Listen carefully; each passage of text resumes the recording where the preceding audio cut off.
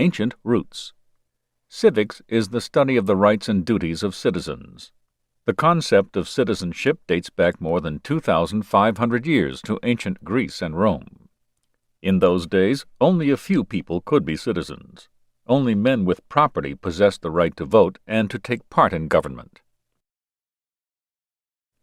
Today, gender and wealth are no longer requirements for citizenship. Indeed, most people are citizens of the country in which they live. Citizens have certain rights and duties. They are community members who owe loyalty to the government and are entitled to protection from it. However, being a citizen means much more than just living in a country. American citizens who live abroad are still citizens of the United States. Citizens are a part of a country. They may share a common history, common customs, or common beliefs. They agree to follow a set of rules and to accept the government's authority. A changing society.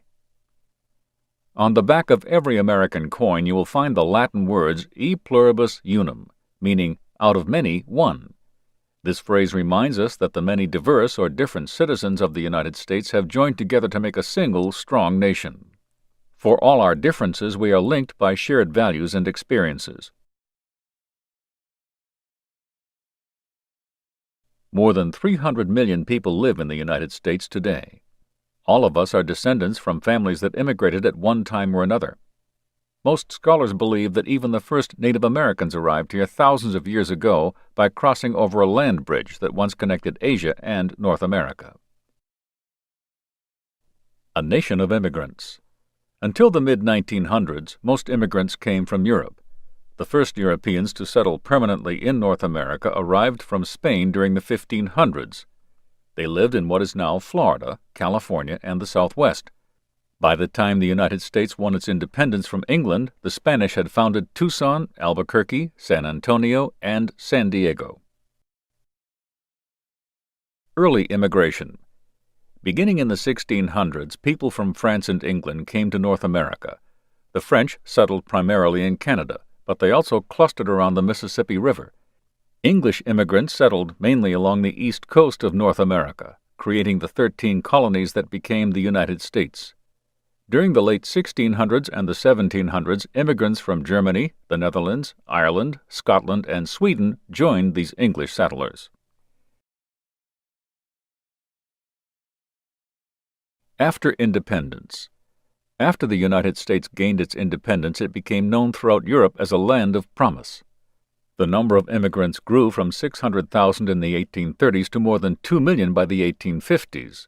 Between 1860 and 1890, more than 10 million Europeans, many of them from Denmark, Norway, and Sweden, streamed into this country.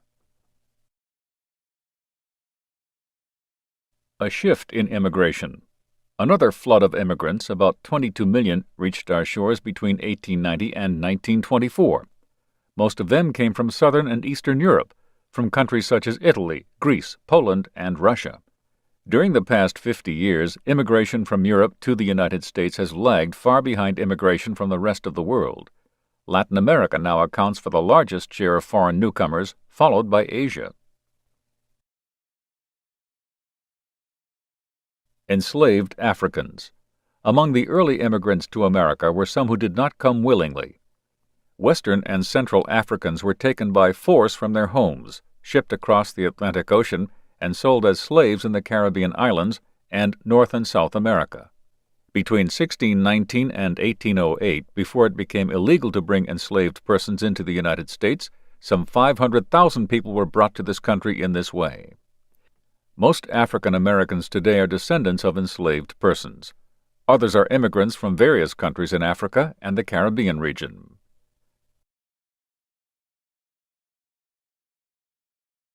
A diverse population.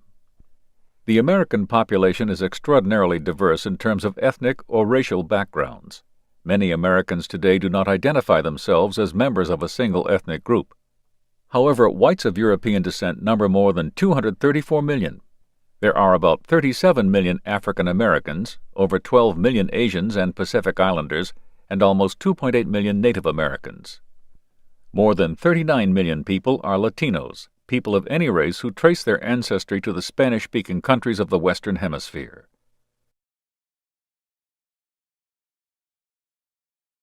Religious diversity. Our ethnic diversity is matched by religious diversity. More than 200 million people practice some form of Christianity. Jews, Muslims, Buddhists, and many other religious groups are also free to worship according to their conscience. Those who do not practice any religion are equally at home here.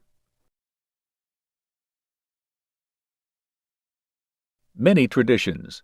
As people with different beliefs and backgrounds have made lives for themselves in the United States, many of their old country traditions have become part of the American culture. The American culture is a rich blend of varied influences. Transforming America. Between 1830 and 1930, the nation's population grew from about 12 million people to about 120 million people. About 40 million of these new Americans were immigrants. Over the years, the American population has changed in many ways. In the mid-1800s, for example, people began moving from rural areas to cities. The higher wages paid in the cities attracted workers. Many of those moving to the cities found work in newly opened factories. These workers became known as blue-collar workers. Others found jobs in offices, schools, stores, and other non-factory settings, and were called white-collar workers. By 1920, more than half of all Americans lived in towns or cities. Another significant change was the shift to service industry jobs. In the past few decades, manufacturing has lost ground to what we call the service economy. Many Americans now earn a living by providing services, practicing law or medicine, programming computers, teaching, and so forth. There are also more women and at-home workers in the labor force than ever before. The places where we live are changing too. For example, shortly after the Civil War, African Americans, freed from slavery, headed for northern cities, seeking jobs and a new way of life. The result was a migration or mass movement of African Americans from the South to the North. For much of our history, the Northeast was the most populous part of the country. Today, the South claims that distinction, and the population there and in the West is growing faster than in any other regions. The population is changing in other ways, including the following. The average age of citizens is climbing upward as people live longer and have fewer children. Record numbers of Americans are now earning college and graduate degrees. Latinos, commonly referred to as Hispanic Americans, are the fastest-growing ethnic group. Indeed, if current patterns continue, Latinos and other minority groups, taken as a whole, will soon be in the majority. What are values? Do you agree with most of your classmates on what is good and what is bad? The general principles or beliefs you use to make these judgments are your values. Values are broad ideas about what is good or desirable and are shared by people in a society. Values are important because they influence the way we act. Basic American Values. Everyone's list of basic American values will include different ideas.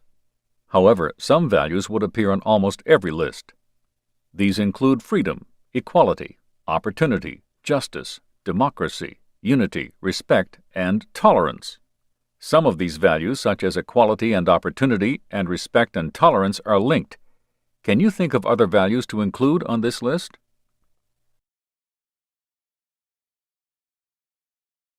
Shared values unite Americans.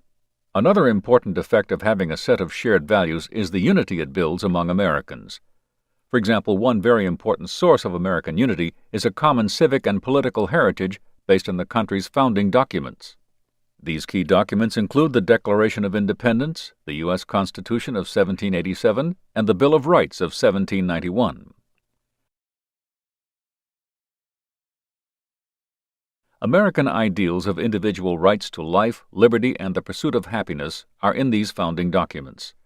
So are such values as popular sovereignty, government by consent of the governed, through fair, free, and regular elections, equal justice under the law, majority rule through the people's representatives in government. A second significant source of unity is a single language, English, which generally is accepted as the primary means of communication in education, government, and business. Americans are free to speak any language. However, some people think that the United States is strengthened by the common and public use of one language, which can be used by diverse groups of Americans to communicate freely with one another. Can you think of other values that have helped unite Americans throughout history?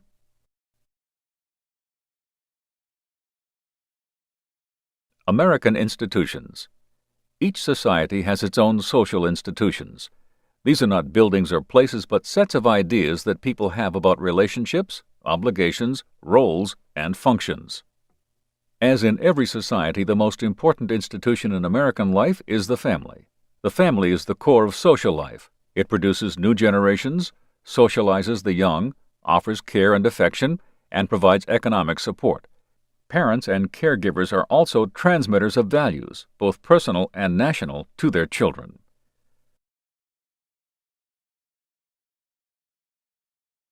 Other important institutions in American life which also reflect our nation's shared values are religious, educational, and social. Religious institutions such as churches, temples, and mosques can promote social unity and provide a sense of meaning and belonging. Educational institutions at all levels reflect our society's culture, history, and learning, create a common identity, and promote personal growth and development. Social institutions such as clubs and volunteer service organizations can be another way we share our common values.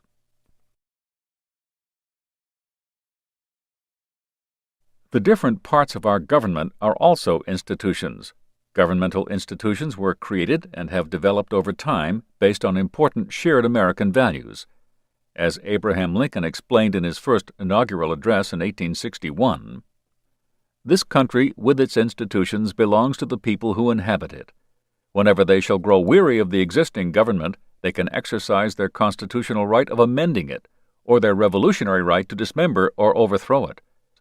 With these words, Lincoln underscored the most important concept of American government. The people, not the government, are in control.